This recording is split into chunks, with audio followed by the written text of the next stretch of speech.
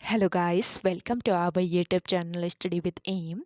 आज मैं आप सभी के लिए काफ़ी इंपॉर्टेंट वीडियो लेके आई हूँ। तो देखिए, आज मैं आप सभी के लिए हमारे द्वारा चलाई जा रही यूकेपीएससी ओल्ड पेपर सीरीज़ का नवा पार्ट लेके आई हूँ, जिसमें हम यूकेपीएससी द्वारा कंडक्ट कराए गए पेपर को सॉल्व करेंगे। देखिए, यूकेपीएससी के प्रीवियस ईयर क्वेश्चन पेपर काफ़ी इंपॉर्टेंट हैं आपके आगामी सभी एग्जाम्स के लिए। और आज का ये जो पेपर है, ये आपके आगामी उत्तराखंड पुलिस, पटवारी, लेखपाल, फॉरेस्ट गार्ड व अन्य यूकेपीएससी द्वारा कंडक्ट कराए जाने वाले सभी एग्जाम्स के लिए इम्पोर्टेंट रहने वाला है। तो आप सभी लोग हमारे इस पेपर सेट में स्टार्टिंग से लेकर एंड तक बने रहें। और अभी तक 8 प्रीवियस ईयर क्वेश्चन पेपर आपको ऑलरेडी सॉल्व करा दिए गए हैं। तो जिन लोगों ने इन पेपर्स का सॉल्यूशन नहीं देखा है, स्टडी विद एम पर यूकेपीएससी ओल्ड पेपर सीरीज नाम से प्लेलिस्ट बनाई गई है, तो वहाँ पे आप विजिट करके अब तक के सारे पेपर्स का सॉल्यूशन एक साथ देख सकते हैं। तो चलिए, आज के सेशन को हम स्टार्ट करते हैं। और स्टार्ट करने से पहले जिन लोगों ने अभी तक हमारे YouTube channel study with M को सब्सक्राइब नहीं किया है, वो सब्सक्राइब कर लें। साथ ही साथ बगल में जो बेल आइकन दिख रहा है, इसे भी प्रेस कर लें, ताकि हम कोई भी वीडियो डालते हैं तो उसका नोटिफिकेशन आपके पास जल्द से जल्द पहुंच जाए। आप सभी लोग हमारे टेलीग्राम चैनल को भी ज्वाइन कर सकते हैं। ये भी स्टडी विद एम के नाम से ही बना हुआ है, और टेलीग्राम चैनल पर रात को 8 बजे क्विज का भी आयोजन किया जाता है। काफ़ी इंपॉर्टेंट क्वेश्चन आपको क्विज के रूप में दिए जा रहे हैं, तो आप कोई ज्वाइन कर सकते हैं। तो चलिए, आज के इस पेपर को हम सॉल्व करते हैं। और इस सेशन का पहला क्वेश्चन है, संगम साहित्य किस भाषा में लिखा गया है? तो देखिए, संगम साहित्य लिखा गया है आपके तमिल भाषा में। ऑप्शन ए इस क्वेश्चन का बिल्कुल राइट आंसर है। देखिए, संगम साहित्य तमिल भाषा में 5वीं सदी ईसा पूर्व से दूसरी सदी के मध्य लिखा गया साहित्य है। ये ध्यान रखेंगे, कब लिखा गया ये संगम साहित्य? तमिल भाषा में लिखा गया ये 5वीं सदी ईसा पूर्व से दूसरी सदी के मध्य लिखा गया साहित्य है। और इसकी रचना और संग्रहण पांड्य शासकों द्वारा मदुरै में आयोजित 3 संगम के दौरान हुई थी। और देखिए, पूरे संगम साहित्य में 473 कवियों की 2381 रचनाएं हैं। और इस साहित्य में उस समय के 3 राजवंशों का उल्लेख मिलता है। और कौन कौन से ये 3 राजवंश हैं? एक तो है आपका चोल राजवंश, दूसरा है चेर राजवंश, और तीसरा है पांड्य राजवंश। तो इस साहित्य में उस समय के 3 राजवंशों चोल, चेर और पांड्य का उल्लेख मिलता है। अगला क्वेश्चन देखेंगे, वर्ष 1906 ईस्वी में मुस्लिम लीग का गठन किस स्थान पर किया गया था? तो देखिए, मुस्लिम लीग का गठन किया गया था वर्ष 1906 ईस्वी में। और किस स्थान पर? ढाका में मुस्लिम लीग का गठन किया गया। ऑप्शन 20 क्वेश्चन का राइट आंसर हो जाएगा। और इसके संस्थापकों में आगा खां, इसके अलावा सलीमुल्लाह खां, इसके अलावा देखिए नवाब मोहसिन उल मुल्क प्रमुख थे, और जिन्होंने वर्ष 1906 में इसकी स्थापना की थी। ये ध्यान रखेंगे, इनके संस्थापकों में कौन कौन थे ये भी आपको पता रहना चाहिए। आगा खां, नवाब सलीमुल्लाह और नवाब मोहसिन उल मुल्क प्रमुख थे इसके संस्थापकों में से। अगला क्वेश्चन देखेंगे, महान विद्वान अश्वघोष किस शासक का समकालीन था? तो देखिए, महान विद्वान जो अश्वघोष था, ये कनिष्क के समकालीन था। ऑप्शन सी यहाँ पे आपका राइट आंसर हो जाएगा। और देखिए, संस्कृत में बौद्ध महाकाव्यों की रचना का सूत्रपात सर्वप्रथम किसने किया था? अश्वघोष ने ही किया था। ये ध्यान रखेंगे, संस्कृत में बौद्ध महाकाव्यों का सूत्रपात सबसे पहले अश्वघोष ने ही किया था। और देखिए, चीनी अनुश्रुतियों तथा साहित्यिक परंपरा के अनुसार महाकवि अश्वघोष सम्राट कनिष्क के राजगुरु एवं राजकवि थे। अगला क्वेश्चन देखेंगे, सुदर्शन झील का निर्माण किसने कराया था? तो देखिए, सुदर्शन झील का जो निर्माण है वो कराया था किसने? देखिए, सुदर्शन झील का निर्माण पुष्य गुप्त वैश्य ने कराया था। ऑप्शन सी इस क्वेश्चन का राइट आंसर हो जाएगा आपका। अगला क्वेश्चन देखेंगे, अशोक के सारनाथ स्तंभ पर कौन सा पशु चित्र अंकित नहीं है? तो देखिए, अशोक का सारनाथ स्तंभ पर कौन सा पशु चित्र अंकित नहीं है? देखिए, सारनाथ जो स्तंभ है, इस पर घोड़ा शेर, हाथी और बैल अंकित है लेकिन गैंडा नहीं है। तो ऑप्शन डी यहाँ पे आपका राइट आंसर हो जाएगा। चलिए अगला क्वेश्चन देखें।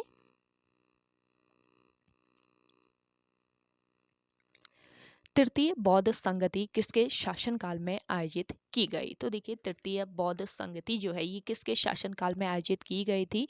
इसका राइट आंसर हो जाएगा क्या? अशोक। ऑप्शन ए यहाँ पे आपका राइट आंसर हो जाएगा। देखिए तृतीय बौद्ध संगति 250 ईस्वी पूर्व में कहाँ पर आयोजित की गई थी? पाटलिपुत्र में। पाटलिपुत्र में तृतीय बौद्ध संगति का आयोजन किया गया था और इस संगति के अध्यक्ष कौन थे ये भी पूछा जा सकता है। तो इस संगति के अध्यक्ष थे मेघलीपुत्र। मेघलीपुत्र जो थे, मेघलीपुत्र तिस इस संगति के अध्यक्ष थे। तृतीय बौद्ध संगति 250 ईस्वी पूर्व पाटलिपुत्र में आयोजित की गई थी और इस संगति के अध्यक्ष थे मेघलीपुत्र तिस। ये ध्यान रखेंगे, मेघलीपुत्र तिस इसके अध्यक्ष थे।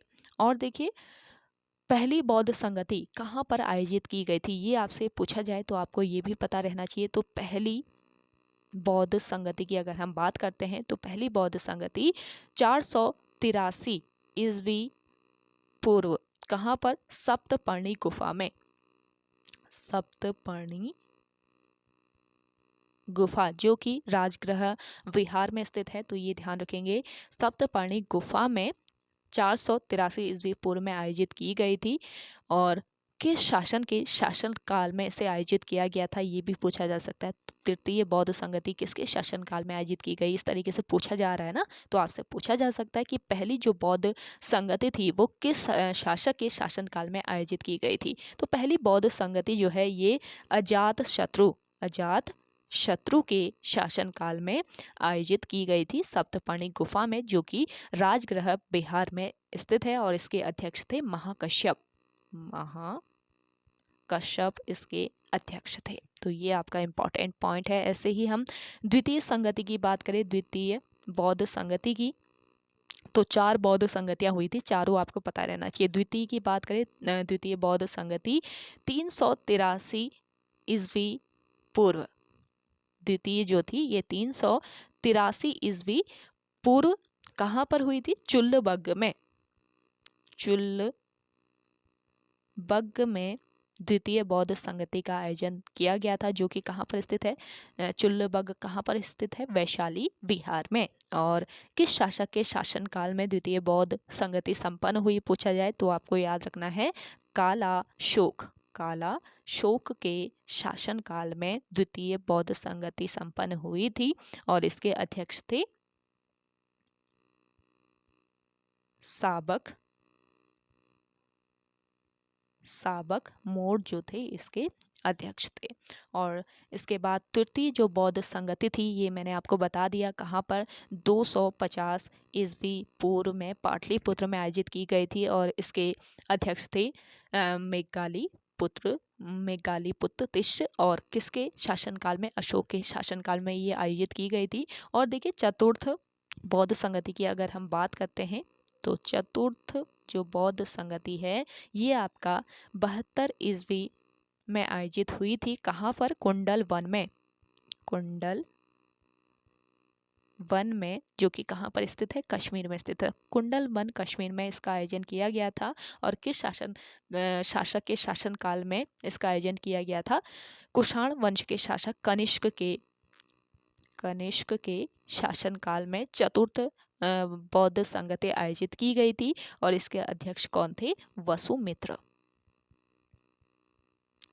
तो देखिए बहुत इंपॉर्टेंट आपको यहाँ पे मैंने बता दिए पॉइंट, जो कि आप नोट डाउन कर सकते हैं, काफ़ी महत्वपूर्ण है आपके आगामी सभी एग्जाम्स के लिए। अगला क्वेश्चन है, मार्टिमर व्हीलर और स्टुअर्ट पिगट के अनुसार सिंधु सभ्यता की तिथि थी। तो देखिए बताना है मार्टिमर व्हीलर और स्टुअर्ट पिगट के अनुसार सिंधु सभ्यता की तिथि कौन सी तिथि थी। तो यहाँ पे आपका राइट आंसर हो जाएगा ऑप्शन बी, 2500 ईस्वी पूर्व से 1500 ईस्वी पूर्व। ऑप्शन बी यहाँ पे आपका राइट आंसर है। अगला क्वेश्चन देखेंगे, प्रबंध चिंतामणि के लेखक था तो देखिए प्रबंध चिंतामणि का लेखक कौन था ये बताना है। तो यहाँ पे आपका राइट आंसर हो जाएगा मेरुतुंग। ऑप्शन डी यहाँ पे आपका राइट आंसर है। और देखिए प्रबंध चिंतामणि ये जैन साहित्य का एक महत्वपूर्ण ग्रंथ है, यानी कि ये किस धर्म से संबंधित है, जैन धर्म से संबंधित है। जैन साहित्य का एक महत्वपूर्ण ग्रंथ है। और यह पुस्तक जो है इसमें यह पुस्तक 14वीं शताब्दी के राजनीतिक व सांस्कृतिक जीवन के बारे में विवरण देती है। ये पुस्तक जो है आपकी प्रबंध चिंतामणि, ये 14वीं शताब्दी के राजनीतिक व सांस्कृतिक जीवन के बारे में क्या देती है, विवरण देती है। और इस पुस्तक की रचना 1305 ईस्वी में कब हुई, 1305 ईस्वी में मेरुतुंग द्वारा की गई थी। अगला क्वेश्चन देखें। अगला क्वेश्चन है आपका, पेरिप्लस ऑफ द एरिथ्रियन सी किस भाषा में लिखी गई है। तो देखिए पेरिप्लस ऑफ द एरिथ्रियन सी जो है ये लिखी गई है किस भाषा में, यूनानी भाषा में। ऑप्शन ए यहाँ पे आपका बिल्कुल राइट आंसर हो जाएगा। चलिए अगला क्वेश्चन देखते हैं। भारतीय राष्ट्रीय कांग्रेस की स्थापना के समय भारत का वायसराय कौन था। तो देखिए भारतीय राष्ट्रीय कांग्रेस की स्थापना के समय भारत का वायसराय कौन था, इसका राइट आंसर हो जाएगा लॉर्ड डफरिन। ऑप्शन सी यहाँ पे आपका राइट आंसर है। देखिए लॉर्ड डफरिन के कार्यकाल की बात करें तो 1884 से लेकर 1888 तक लॉर्ड डफरिन का शासनकाल रहा। और राष्ट्रीय कांग्रेस की स्थापना, भारतीय राष्ट्रीय कांग्रेस की स्थापना कब की गई थी। देखिए कांग्रेस की स्थापना हुई थी 1885 में, ये ध्यान रखेंगे। तो इस समय किसका शासनकाल चल रहा था, लॉर्ड डफरिन का। तो शासनकाल पता रहेगा तो उससे आप रिलेट करके भी इस क्वेश्चन को करेक्ट कर सकते हैं। तो देखिए भारतीय राष्ट्रीय कांग्रेस की स्थापना 1885 में A.O. ह्यूम द्वारा की गई थी। और इसका प्रथम जो अधिवेशन है ये दिसंबर 1885 को कहाँ पर हुआ था, मुंबई में इसका पहला अधिवेशन हुआ था 1885 में। और इस अधिवेशन की अध्यक्षता किसने की थी, व्योमेश चंद्र बनर्जी ने। तो ये पॉइंट भी इम्पॉर्टेंट है आपका। अगला क्वेश्चन देखेंगे, गदर पार्टी का गठन किस वर्ष किया गया था। तो देखिए गदर पार्टी जो थी आपकी, इसका गठन किस वर्ष किया गया था। जिन लोगों को आंसर आ रहा है कमेंट करके बताएं जल्दी से। तो देखिए गदर पार्टी की बात करें तो वर्ष 1913 ईस्वी में इस पार्टी का गठन हुआ था। ऑप्शन सी बिल्कुल राइट आंसर हो जाएगा। गदर पार्टी भारत को अंग्रेजों की पराधीनता से मुक्त कराने के उद्देश्य से बना और यह एक संगठन है। तो ये ध्यान रखेंगे क्यों बनाया गया ये संगठन। गदर पार्टी जो है ये भारत को अंग्रेजों से अंग्रेजों की पराधीनता, ये ध्यान रखेंगे, गदर जो पार्टी है ये भारत को अंग्रेजों की पराधीनता से मुक्त कराने के उद्देश्य से बना एक संगठन था। और इसे अमेरिका और कनाडा के भारतीयों ने 15 जुलाई 1913 को सैन फ्रांसिस्को नगर में बनाया था। और इसे प्रशांत तट का हिंदी संघ भी कहा जाता है। तो आपसे पूछा जाए कि प्रशांत तट का हिंदी संघ किसे कहा जाता है, तो आपको पता रहना चाहिए किसे कहा जाता है, गदर पार्टी को। अगला क्वेश्चन देखेंगे, किस वर्ष वर्नाकुलर प्रेस एक्ट पारित किया गया। तो देखिए वर्नाकुलर प्रेस एक्ट ये पारित किया गया किस वर्ष, वर्ष 1878 में। यानी कि ऑप्शन ए बिल्कुल राइट आंसर यहाँ पे आपका हो जाएगा। देखिए वर्नाकुलर प्रेस एक्ट किस वायसराय के शासनकाल में पारित हुआ, ये भी पूछा जा सकता है। तो वर्नाकुलर प्रेस एक्ट ये किस वायसराय के शासनकाल में पारित किया गया, लॉर्ड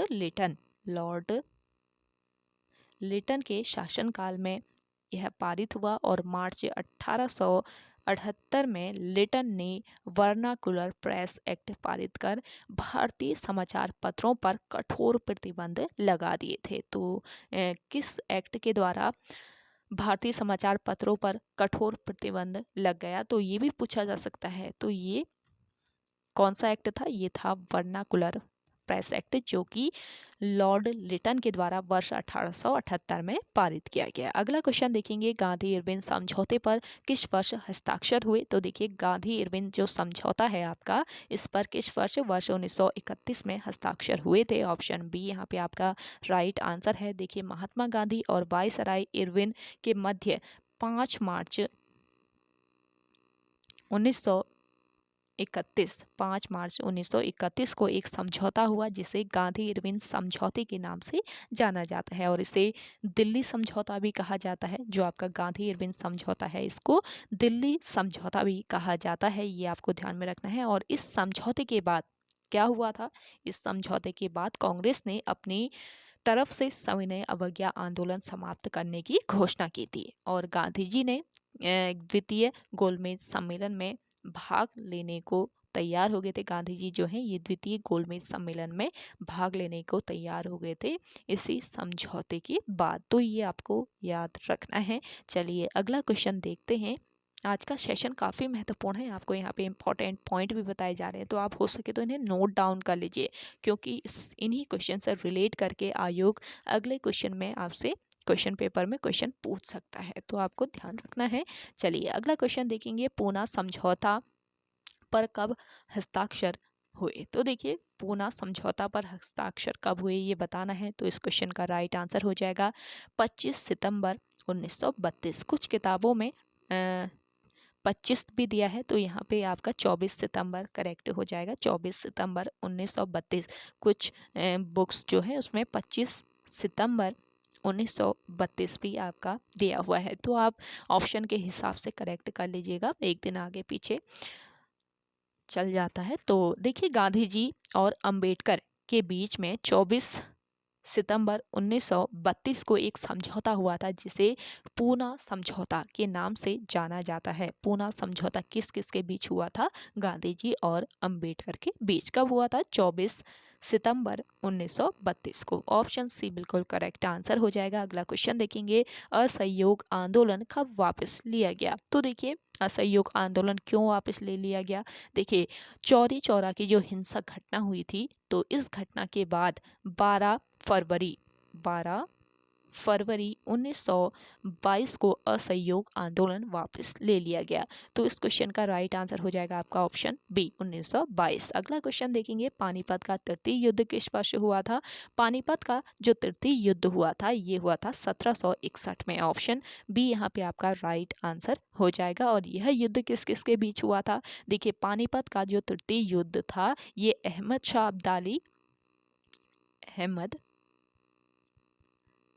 शाह अब्दाली और किसके बीच हुआ था? मराठा सेनापति सदाशिव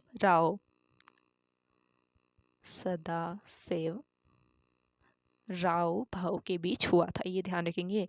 अहमद शाह अब्दाली और सदाशिव राव भाव के बीच यह युद्ध हुआ था 1761 में। अगला क्वेश्चन देखेंगे, कौन कहा करता था कि मैं मुसलमानों का गोखले बनना चाहता हूँ? तो देखिए मैं मुसलमानों का गोखले बनना चाहता हूँ, ये कौन कहा करता था? ये कहा करता था मोहम्मद अली जिन्ना। ये मोहम्मद अली जिन्ना कहा करते थे। ऑप्शन बी यहाँ पे आपका बिल्कुल राइट आंसर हो जाएगा। अगला क्वेश्चन देखेंगे, दिल्ली के किस सुल्तान ने अपनी आत्मकथा लिखी? तो कौन से सुल्तान थे? ये सुल्तान थे फिरोज शाह तुगलक थे, जिन्होंने अपनी आत्मकथा लिखी है। अगला क्वेश्चन देखेंगे, अगला क्वेश्चन है, श्याम जी कृष्ण वर्मा ने लंदन में इंडिया हाउस की स्थापना कब की? देखिए श्याम जी कृष्ण वर्मा ने लंदन में इंडिया हाउस की जो स्थापना की थी वो कब की थी? इसका राइट आंसर हो जाएगा देखिए 1905। ऑप्शन सी बिल्कुल राइट आंसर है। अगला क्वेश्चन देखेंगे, उत्तराखंड के कितने सदस्य लोकसभा में प्रतिनिधित्व करते हैं? तो देखिए उत्तराखंड के कितने सदस्य? ये सदस्य हैं आपके 5 सदस्य जो कि लोकसभा में प्रतिनिधित्व करते हैं। अगला क्वेश्चन देखेंगे, मंत्री परिषद में फेरबदल करने का अधिकार है? मंत्री परिषद में फेरबदल करने का जो अधिकार है वो किसे है? प्रधानमंत्री को है। ऑप्शन सी इस क्वेश्चन का राइट आंसर है। अगला क्वेश्चन देखेंगे, भारतीय संविधान का अनुच्छेद 280 संबंधित है, किससे संबंधित है ये बताना है। देखिए भारतीय संविधान का अनुच्छेद 280 जो है ये वित्त आयोग से संबंधित है। यानी कि ऑप्शन ए यहाँ पे आपका राइट आंसर है। वित्त आयोग एक संवैधानिक संस्था है और अनुच्छेद 280 के तहत प्रत्येक 5 साल में राष्ट्रपति द्वारा इसका गठन किया जाता है। ये ध्यान रखेंगे, राष्ट्रपति इसका गठन करता है प्रत्येक 5 साल के बाद।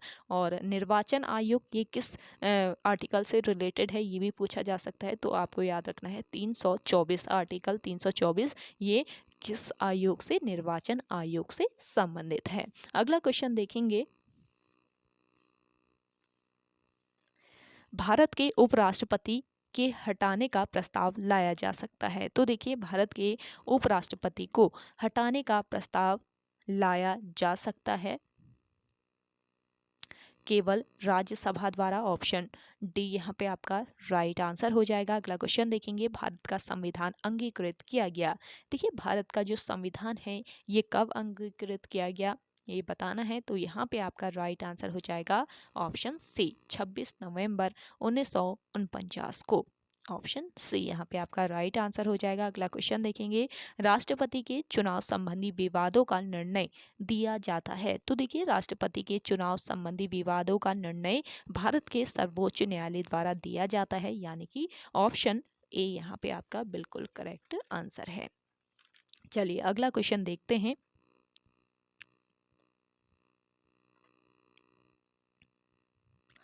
राष्ट्रपति द्वारा अपना त्याग पत्र संबोधित किया जाता है। देखिए, राष्ट्रपति द्वारा अपना त्याग पत्र किसे संबोधित किया जाता है, इस क्वेश्चन का राइट आंसर हो जाएगा उप राष्ट्रपति को। ऑप्शन ए इस क्वेश्चन का राइट आंसर है। अगला क्वेश्चन देखेंगे, सर्वोच्च न्यायालय के न्यायाधीश किस आयु में सेवानिवृत्ति प्राप्त करते हैं। तो देखिए, सर्वोच्च न्यायालय के जो न्यायाधीश होते हैं ये किस आयु में, ये आयु होती है 62 वर्ष की आयु में ये सेवानिवृत्ति प्राप्त करते हैं सर्वोच्च न्यायालय के न्यायाधीश, यानी कि 62 नहीं 65। ऑप्शन डी यहाँ पे आपका राइट आंसर हो जाएगा।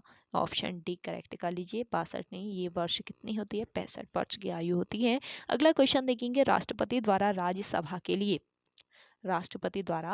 राज्यसभा के लिए कितने सदस्यों को मनोनीत किया जाता है। तो यहाँ पे आपका राइट आंसर हो जाएगा ऑप्शन सी 12 सदस्यों को मनोनीत किया जाता है राष्ट्रपति द्वारा राज्यसभा के लिए।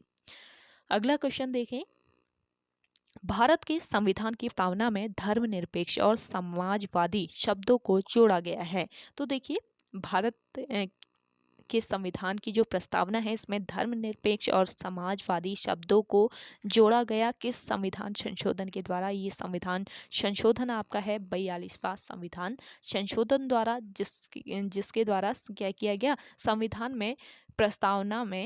की प्रस्तावना में धर्मनिरपेक्ष और समाजवादी शब्दों को जोड़ा गया।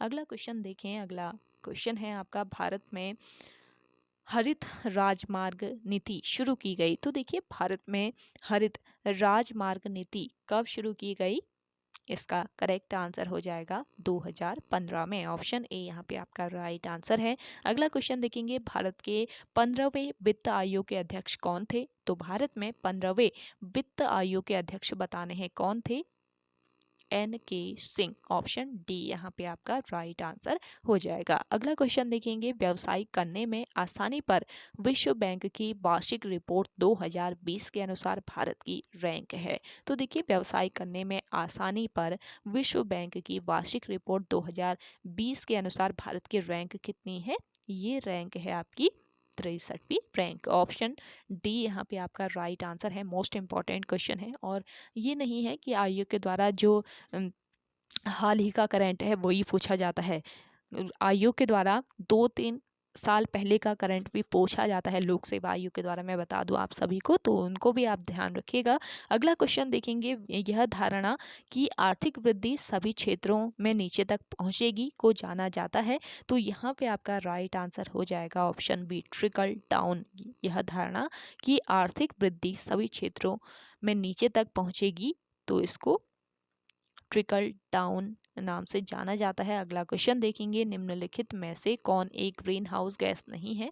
देखिए, एक ग्रीन हाउस गैस कौन सी नहीं है इनमें से बताना है। तो यहाँ पे आपका राइट आंसर हो जाएगा ऑक्सीजन, बाकी मीथेन, ओजोन, नाइट्रस ऑक्साइड ये ग्रीन हाउस गैस हैं। अगला क्वेश्चन देखेंगे, आर्थिक सर्वेक्षण 2020-21 के अनुसार 2020-21 में भारत के सकल घरेलू उत्पाद में कृषि का हिस्सा क्या था?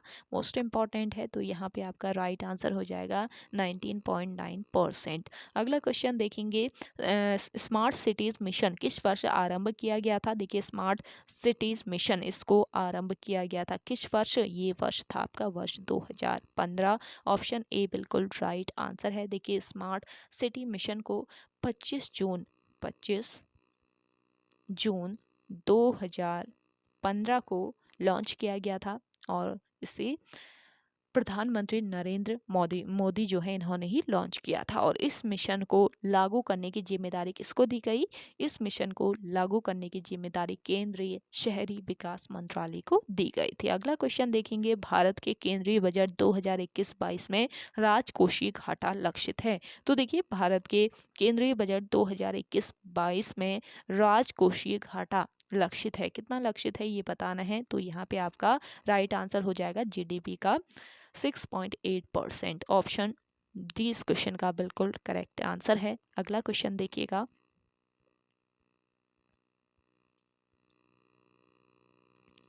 अगला क्वेश्चन है आपका, राष्ट्रीय पादप जीनोम अनुसंधान संस्था कहाँ स्थित है? तो देखिए राष्ट्रीय पादप जीनोम अनुसंधान संस्थान की बात करें तो ये कहाँ पर? न्यू दिल्ली में यानी कि नई दिल्ली में स्थित है। ऑप्शन सी इस क्वेश्चन का राइट आंसर हो जाएगा। भारत के पादप जीनोम अनुसंधान एक अग्रणी संस्थान है और इससे पहले राष्ट्रीय पादप जीनोम अनुसंधान केंद्र कहा जाता था और ये कहाँ पर? नई दिल्ली में स्थित है। अगला क्वेश्चन देखेंगे, निम्नलिखित में से कौन भारत का वर्तमान में सबसे बड़ा वस्तु निर्यात साझेदार है?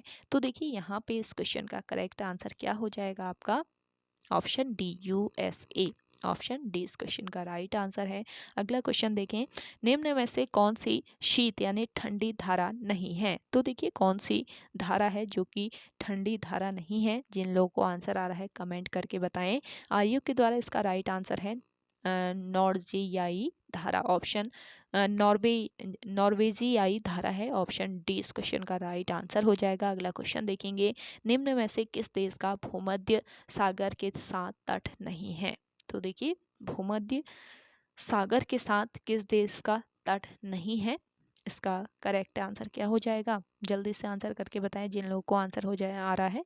तो देखिए भूमध्य सागर पर तटीय रेखा वाले देशों की बात करें तो अल्बानिया, अल्जीरिया, इसके अलावा बोस्निया और हर्जेगोविना, क्रोएशिया, साइप्रस, मिस्र, France, Greece, Israel, Italy, Lebanon, Libya, Malta, Morocco, Monaco, इसके अलावा Montenegro, Slovenia, Spain, Syria, Tunisia. तो ये सभी भूमध्य सागर पर तटीय रेखा वाले देश हैं, लेकिन इसमें कौन सा देश नहीं है? जर्मनी नहीं है। तो ऑप्शन डी यहाँ पे आपका राइट आंसर हो जाएगा।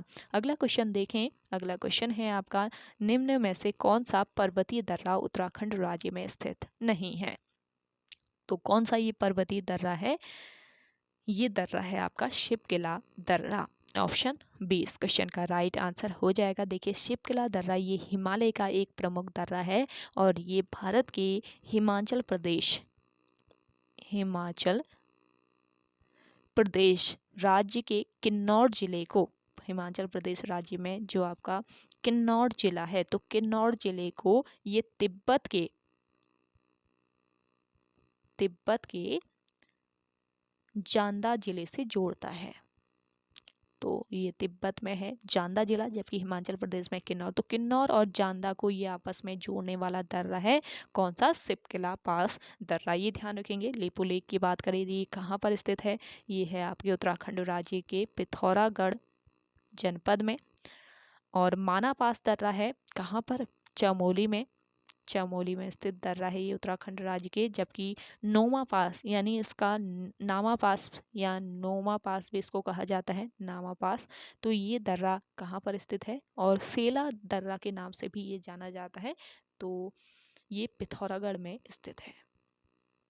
पिथौरागढ़ तो आपका कौन सा उत्तराखंड राज्य में नहीं है ये बताना था, तो शिपकिला आपका करेक्ट आंसर हो जाएगा। अगला क्वेश्चन देखेंगे, निम्न में से किस भारतीय राज्य की सीमा बांग्लादेश से नहीं लगती है? तो कौन सा ये भारतीय राज्य है जिसकी सीमा बांग्लादेश के साथ नहीं लगती है, ये बताना है। तो देखिए बांग्लादेश के साथ सीमा साझा करने वाले भारतीय राज्य कौन कौन से हैं ये पता रहेगा तो आप करेक्ट कर सकते हैं। तो देखिए बांग्लादेश बांग्लादेश के साथ सीमा साझा करने वाले जो भारतीय राज्य हैं ये हैं आपके कौन कौन से, असम है, इसके अलावा पश्चिम बंगाल है, पश्चिम बंगाल हो जाएगा, मिजोरम है, मेघालय है,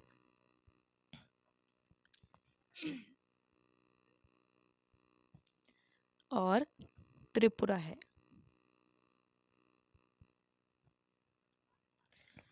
असम, पश्चिम बंगाल, मिजोरम, मेघालय और त्रिपुरा, ये जो राज्य हैं ये बांग्लादेश के साथ सीमा साझा करने वाले भारतीय राज्य हैं। लेकिन इनमें से कौन सा राज्य नहीं है देख लीजिए, इनमें से नहीं है आपका मणिपुर राज्य।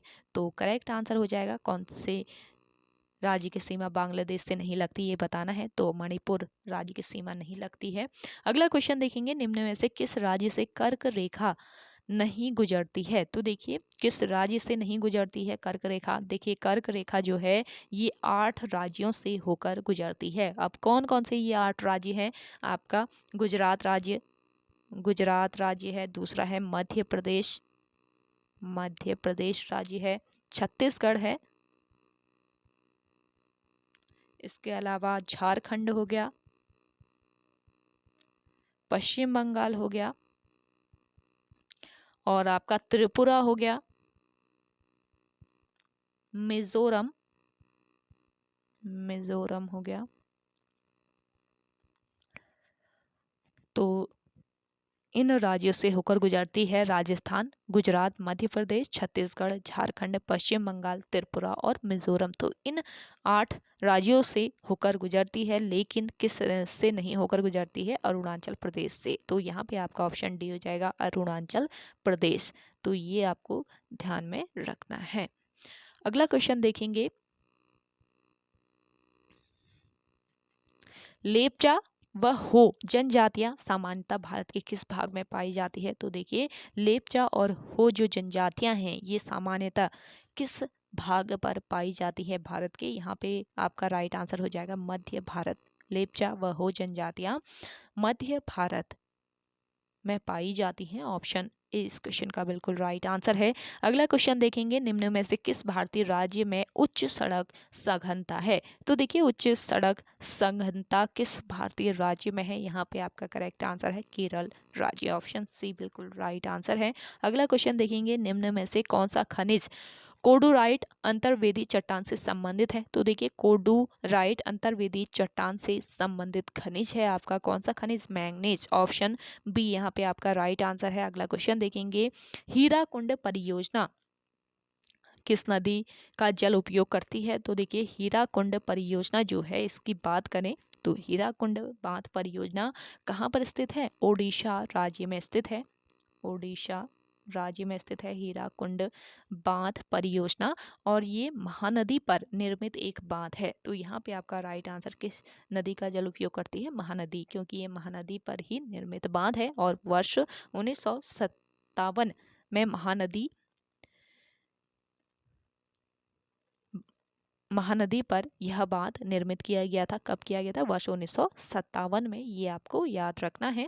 चलिए अगला क्वेश्चन है आपका, इंदिरा गांधी नहर परियोजना निम्न में से किस नदी से पानी लाती है? तो इंदिरा गांधी नहर परियोजना पानी लाती है किन नदी से, किस नदी से, ये बताना है। तो यहाँ पे आपका राइट आंसर क्या हो जाएगा? रावी, व्यास, सतलुज सभी हो जाएगा। तो उपरोक्त सभी ऑप्शन डी इस क्वेश्चन का राइट आंसर है। इंदिरा गांधी नहर राजस्थान की प्रमुख नहर है, यानी कि ये किस राज्य में है? राजस्थान राज्य में स्थित है। तो राजस्थान राज्य की ये प्रमुख नहर है। यह राजस्थान के उत्तर पश्चिम भाग में बहती है। इसे राजस्थान की मरु गंगा भी कहा जाता है। तो आपसे पूछा जाए किस नहर को राजस्थान की मरु गंगा कहा जाता है, तो कौन सी ये नहर है? इंदिरा गांधी नहर। अगला क्वेश्चन देखेंगे,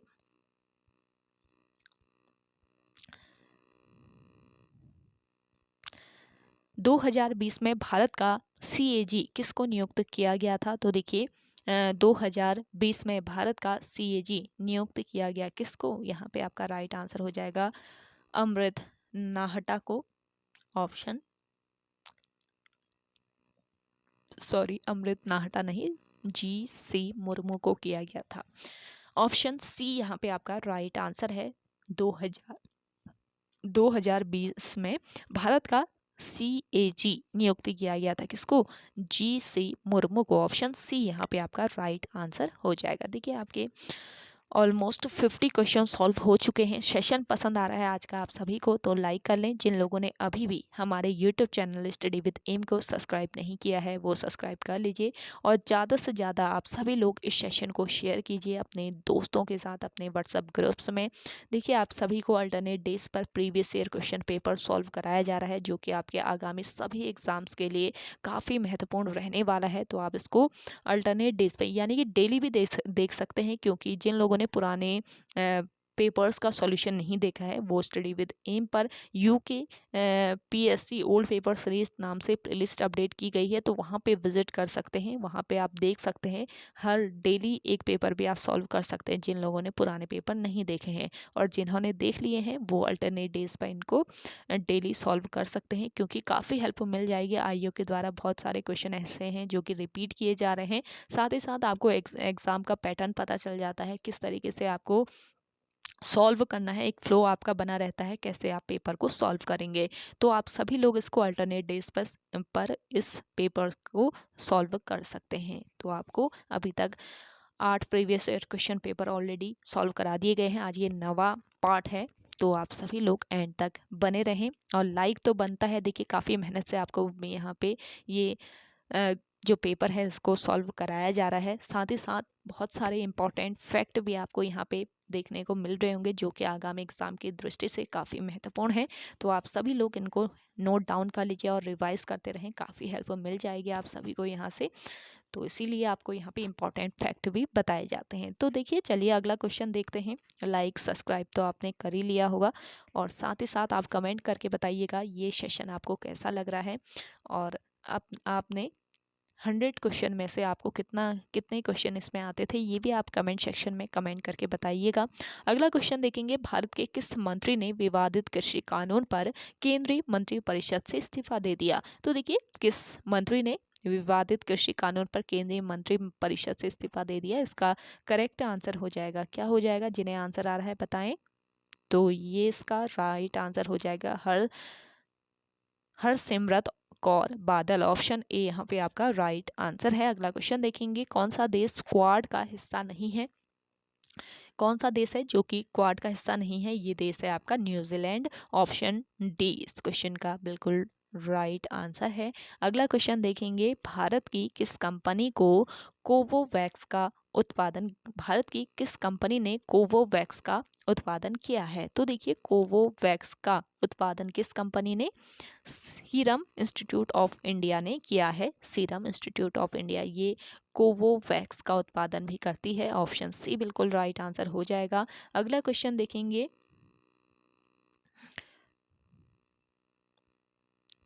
29वां सरस्वती सम्मान पुरस्कार किसे दिया गया? तो देखिए 29वां सरस्वती सम्मान जो पुरस्कार है ये दिया गया किसको? वासुदेव मोही को। ऑप्शन बी यहाँ पे आपका बिल्कुल राइट आंसर है। अगला क्वेश्चन देखें,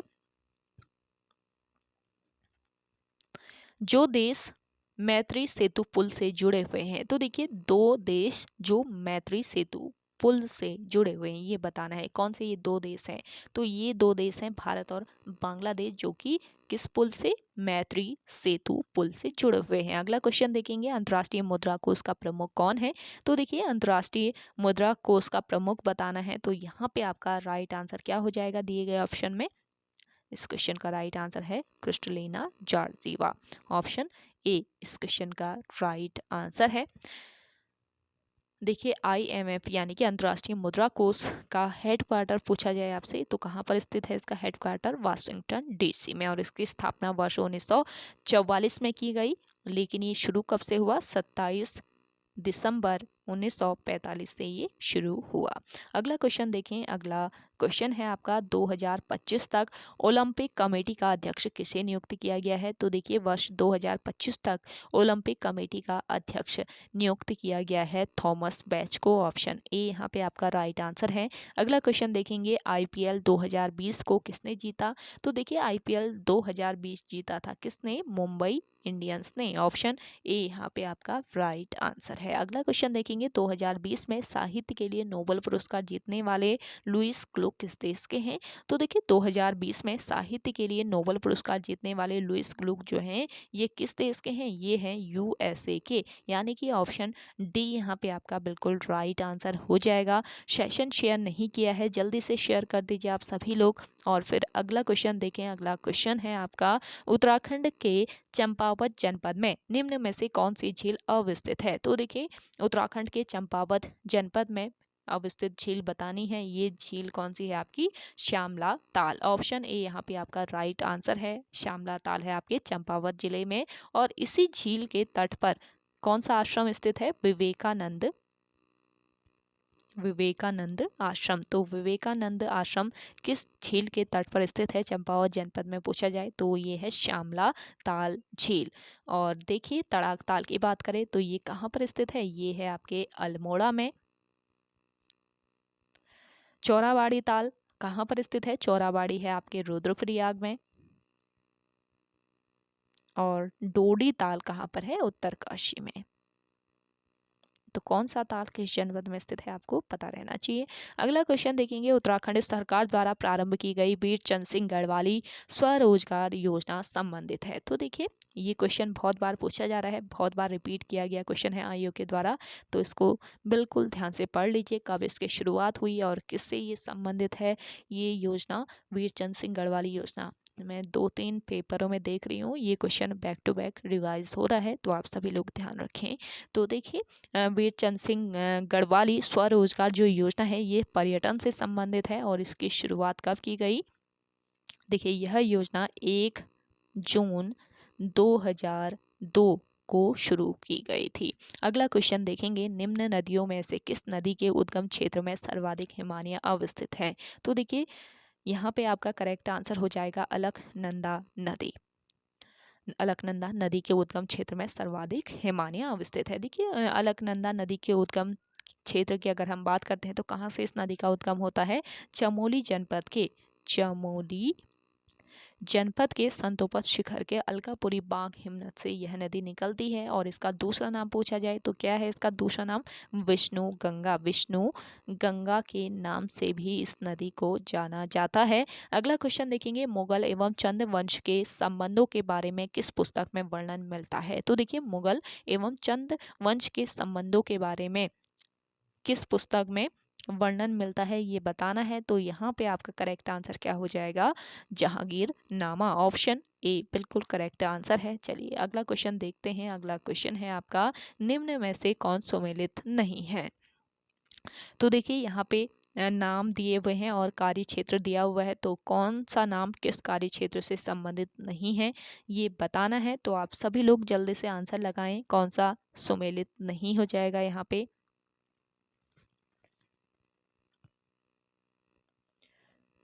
देखिए विष्णु देवी शाह स्वतंत्रता सेनानी थी, बिल्कुल सही है। दीपा देवी सामाजिक कार्यकर्ता, ये भी सही है। गौरा देवी पर्यावरण हितैषी थी, बिल्कुल सही है। तुलसी देवी राजनीतिक कर्मी, देखिए तुलसी देवी राजनीतिक कर्मी नहीं थी, ये क्या थी? समाज सेवी थी। तो ये आपको ध्यान में रखना है, समाज सेवी महिला थी। अगला क्वेश्चन देखेंगे। यही आपका सुमेलित नहीं है, कौन सा नहीं है बताना था। ऑप्शन डी बिल्कुल राइट आंसर हो जाएगा। अगला क्वेश्चन देखेंगे। निम्नलिखित में से किसने गोरखों से कुमाऊं की सत्ता प्राप्त की थी? जल्दी से बताएं आप सभी लोग, आंसर कीजिए ना। आप सभी लोगों ने पढ़ा होगा गोरखों से कुमाऊं की सत्ता किसने प्राप्त की थी, किस कमिश्नर ने प्राप्त की थी? तो देखिए यहाँ पे आपका राइट आंसर क्या हो जाएगा? Edward Gardner. ऑप्शन बी इस क्वेश्चन का राइट आंसर है। देखिए गोरखों ने 1790 में कहाँ पर अधिकार कर लिया था? अल्मोड़ा में यानी कुमाऊं पर अधिकार कर लिया था 1790 में, तो ये ध्यान रखेंगे। और गोरखों की राजभाषा पूछी जा सकती है, तो कौन सी राजभाषा थी इनकी? गोरखाली। खाली इनकी राजभाषा हुआ करती थी गोरखों की।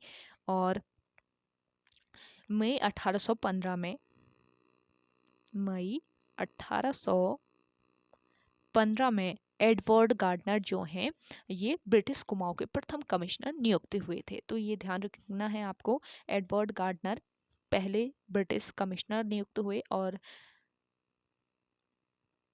गार्डनर का कार्यकाल कितने महीने तक रहा? 9 महीने तक इनका कार्यकाल रहा। तो गोरखों से कुमाऊं की सत्ता किसने प्राप्त की थी?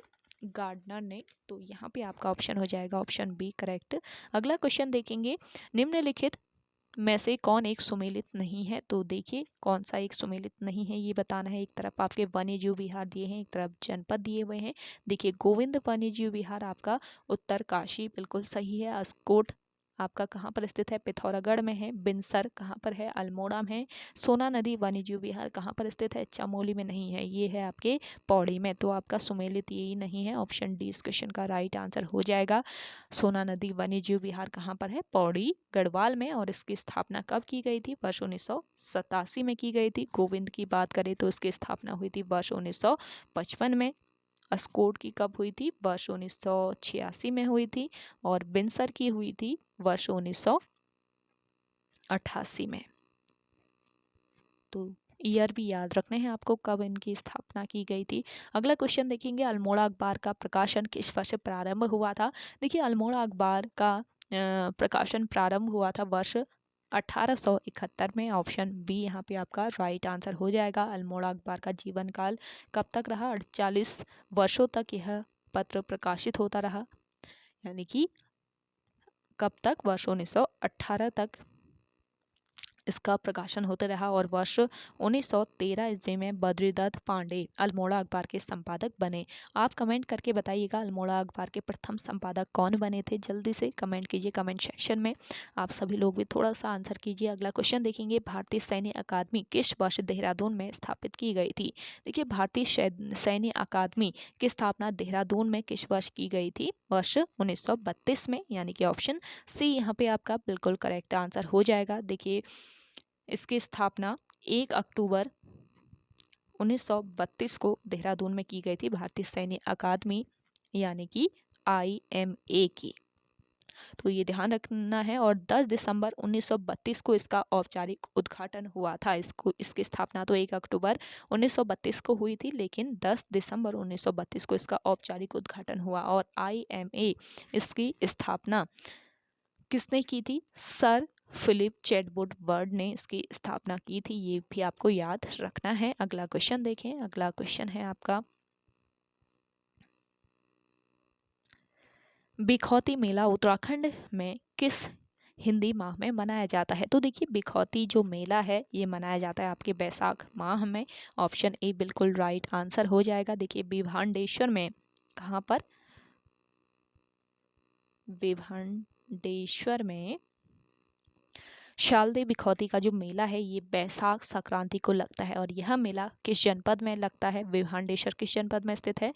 अल्मोड़ा जनपद में। तो अल्मोड़ा जनपद के द्वाराहाट में, अल्मोड़ा जनपद के द्वाराहाट में इस मेले का आयोजन किया जाता है, ये आपको याद रखना है। अगला क्वेश्चन देखेंगे, उत्तराखंड में उच्च शिखरीय पादप शोध संस्थान निम्न में से किस स्थान पर अवस्थित है? तो देखिए उत्तराखंड में उच्च शिखरीय पादप शोध संस्थान ये स्थित है कहाँ पर? श्रीनगर में। और श्रीनगर का पुराना नाम क्या है? श्रीनगर का पुराना नाम है ब्रह्म क्षेत्र, श्री क्षेत्र। और इसको गढ़वाल का दिल्ली भी कहा जाता है। ये ध्यान रखेंगे, गढ़वाल का दिल्ली किसे कहा जाता है? श्रीनगर को कहा जाता है। अगला क्वेश्चन देखेंगे, प्राचीन समय में उत्तराखंड के असिंचित भूमि को क्या कहा जाता था? मोस्ट इंपॉर्टेंट है, सिंचित, असिंचित, उपराओं, तालाबों सब पढ़ लीजिए, क्योंकि यहाँ से एक क्वेश्चन आयोग के द्वारा बन रहा है हमेशा। तो यहाँ पे आपका करेक्ट आंसर हो जाएगा क्या? ऑप्शन सी उपराओं। प्राचीन समय में उत्तराखंड की असिंचित जो भूमि होती थी इसको उपराओं कहा जाता था। ऑप्शन सी बिल्कुल राइट आंसर हो जाएगा आपका। अगला क्वेश्चन देखेंगे, कत्यूरी वंश का संस्थापक कौन था? तो कत्यूरी वंश का संस्थापक बताना है तो वासुदेव। ऑप्शन बी यहाँ पे आपका राइट आंसर है। और अंतिम शासक कौन था कत्यूरी वंश का? ब्रह्मदेव। ब्रह्मदेव जो था ये काफ़ी अत्याचारी शासक था और इसके कारण ही कत्यूरी वंश जो है इसका पतन हो गया, यानी कि ये समाप्त हो गया। अगला क्वेश्चन देखेंगे, टिहरी राज्य प्रजामंडल की स्थापना किस वर्ष हुई? तो देखिए टिहरी राज्य प्रजामंडल की जो स्थापना है ये कब हुई थी? वर्ष 1939 में हुई थी। ऑप्शन सी इस क्वेश्चन का राइट आंसर हो जाएगा। देखिए टिहरी राज्य प्रजामंडल की स्थापना किसके प्रयासों से हुई थी? आपको याद रखना है श्रीदेव सुमन। श्रीदेव सुमन के प्रयासों से 23 जनवरी 1939 को इसकी स्थापना हुई थी। कहाँ पर इसकी स्थापना हुई टिहरी राज्य प्रजामंडल की? पूछा जाए देहरादून में। देहरादून में बहुत सारे बच्चे टिहरी भी करके आ सकते हैं, लेकिन देहरादून में इसकी स्थापना की गई थी श्रीदेव सुमन के प्रयासों से। अगला क्वेश्चन है, लैंसडाउन में गढ़वाल राइफल की छावनी किस वर्ष स्थापित की गई थी? तो लैंसडाउन में गढ़वाल राइफल की जो छावनी है इसको कब स्थापित किया गया था ये बताना है। देखिए लैंसडाउन को 4 नवंबर 1887 को कर्नल मैनवेरिंग के नेतृत्व में बसाया गया था, ये आपको याद रखना है। तो देखिए यहाँ पे आपका राइट आंसर क्या हो जाएगा? Option D. लैंसडाउन में जो छावनी है इसको कब स्थापित किया गया था? 1887 में। अगला क्वेश्चन देखेंगे, गढ़वाल क्षेत्र के किस स्थान पर सन 1883 में चाय फैक्ट्री लगाई गई थी? तो किस स्थान पर, गढ़वाल के किस स्थान पर चाय फैक्ट्री लगाई गई थी 1843 में? तो यहाँ पे आपका करेक्ट आंसर क्या हो जाएगा? Option C Gadoli. गडोली नामक स्थान में गढ़वाल क्षेत्र के, तो यहाँ पर 1843 में चाय फैक्ट्री लगाई गई थी। अगला क्वेश्चन देखेंगे, ब्रिटिश गढ़वाल में जिला प्रशासन किसके अधीन था? तो देखिए ब्रिटिश गढ़वाल में जो जिला प्रशासन था ये किसके? कमिश्नर के अधीन हुआ करता था। ऑप्शन सी बिल्कुल राइट आंसर हो जाएगा यहाँ पे आपका। अगला क्वेश्चन देखेंगे, निम्न में से कौन सा उत्तराखंड का कृषि उपकरण नहीं है? कुटला, हल, माया, करबोजा, कौन सा नहीं है? जल्दी से बताएं। तो यहाँ पे आपका करेक्ट आंसर क्या हो जाएगा? करबोजा। करबोजा नहीं है, ऑप्शन डी बिल्कुल राइट आंसर है। अगला क्वेश्चन देखेंगे, किस वर्ष कुमाऊं परिषद की स्थापना की गई थी? तो देखिए कुमाऊं परिषद की स्थापना सितंबर 1916 में की गई थी। ऑप्शन सी यहाँ पे आपका राइट आंसर हो जाएगा। हरगोविंद पंत, बद्रीदत्त पांडे, गोविंद वल्लभ पंत आदि के प्रयासों से इसकी स्थापना हुई थी। और इसका मुख्य उद्देश्य क्या था? इसका उद्देश्य सामाजिक, आर्थिक, राजनीतिक व शिक्षा संबंधी समस्याओं का हल खोजना था। और इसका पहला अधिवेशन कहाँ पर हुआ था? अल्मोड़ा में। अल्मोड़ा में कुमाऊं परिषद का पहला अधिवेशन हुआ था। और इसे राष्ट्रीय कांग्रेस में कब विलय कर दिया गया ये भी आयोग द्वारा पूछा जा सकता है, तो ये आप कमेंट करके बताइएगा। अगला क्वेश्चन देखेंगे, राजा प्रद्युम्न शाह द्वारा ब्रिटिश सहायता से गोरखों को किस वर्ष युद्ध में हराया गया था? तो देखिए यहाँ पे आपका राइट आंसर बताना है। क्या हो जाएगा? जल्दी से आंसर कीजिए जिन लोगों को आंसर आ रहा है। तो यहाँ पे हो जाएगा 1815। राजा प्रद्युम्न शाह द्वारा ब्रिटिश सहायता से गोरखा को किस वर्ष युद्ध में हराया गया? 1815 में। चलिए अगला क्वेश्चन देखें। अगला क्वेश्चन क्या कहता है आपसे?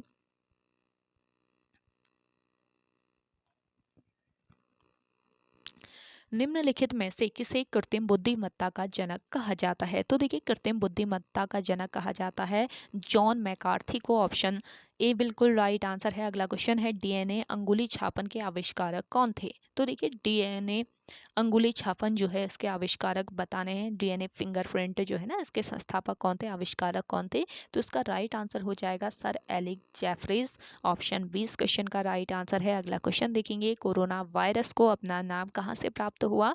तो ये नाम प्राप्त हुआ था कोरोना वायरस को ताज जैसे आकार के कारण से। अगला क्वेश्चन है, ऑन्कोलॉजी अध्ययन है किसका अध्ययन है? ऑन्कोलॉजी ये बताना है। तो ये कैंसर का अध्ययन है। ऑप्शन बी इस क्वेश्चन का करेक्ट आंसर हो जाएगा। अगला क्वेश्चन देखेंगे, डॉल्फिन किस वर्ग का उदाहरण है? एम्फीबिया, ब्रिसिस, एविस या स्तनधारी? तो यहाँ पे आपका करेक्ट आंसर है स्तनधारी। अगला क्वेश्चन है, पीत ज्वर का संचारण होता है?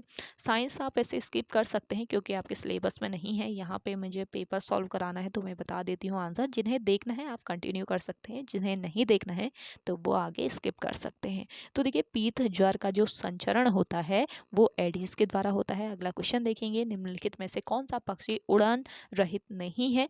तो कौन सा ये पक्षी है? ये पक्षी है आपका सारस क्रेन। ऑप्शन डी इस क्वेश्चन का राइट आंसर है। अगला क्वेश्चन देखेंगे, ट्राई नाइट्रोटोलुइन यानी कि टीएनटी है। तो देखिए टीएनटी क्या है? ये एक विस्फोटक है। ऑप्शन सी यहाँ पे आपका राइट आंसर हो जाएगा।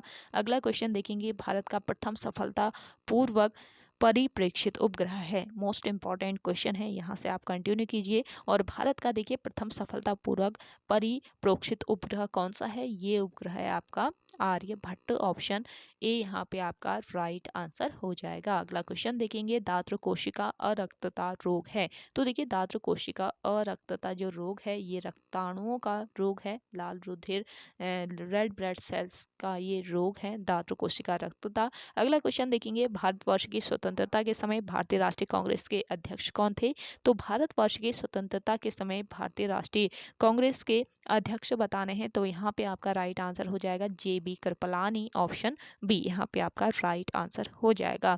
देखिए आपका पेपर ऑलमोस्ट सॉल्व होने वाला है, तो आप सभी लोग जिन लोगों ने इस सेशन को शेयर नहीं किया है जल्दी से सेशन शेयर कर दीजिए।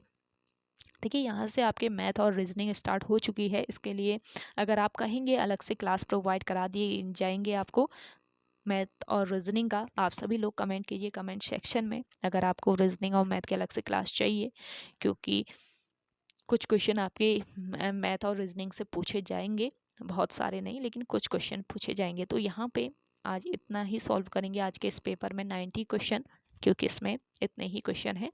बाकी आपका सेकेंड पार्ट मैथ और रीजनिंग का है, तो आप कहेंगे तो उसको भी सॉल्व करा देंगे आप सभी लोगों के लिए। तो ओके गाइस, आज के सेशन में इतना ही। आई होप आप सभी को आज का ये सेशन काफ़ी पसंद आया होगा। अगर आप सभी को आज का ये सेशन पसंद आता है तो इस सेशन को लाइक कीजिए, शेयर कीजिए, और जिन लोगों ने अभी तक हमारे YouTube channel study with M को सब्सक्राइब नहीं किया है वो सब्सक्राइब कर लीजिए। तो चलिए, आप सभी लोगों ने 5 बजे हिंदी की क्लास देखी होगी, जिन लोगों ने नहीं देखी है देख लीजिए। सुबह 10 बजे वाली क्लास देखी नहीं देखी आप लोगों ने, कमेंट कीजिए कमेंट सेक्शन में। नहीं देखी है तो आप सभी लोग देख लीजिए, क्योंकि काफ़ी महत्वपूर्ण क्लासेस आपको यहाँ पे प्रोवाइड की जा रही है। साथ ही साथ आप सभी लोगों को यहाँ पे बहुत सारे इम्पॉर्टेंट फैक्ट भी बताए जाते हैं, जो कि आपके आगामी एग्ज़ाम के लिए काफ़ी महत्वपूर्ण रहने वाले हैं। और आज का ये पेपर सेट का सॉल्यूशन आपको कैसा लगा, आज की ये क्लास आपको कैसी लगी, कमेंट सेक्शन में अपना फीडबैक कमेंट करके ज़रूर बताइएगा आप सभी लोग। तो चलिए मिलते हैं एक नेक्स्ट इंटरेस्टिंग क्लास के साथ, तब तक के लिए धन्यवाद।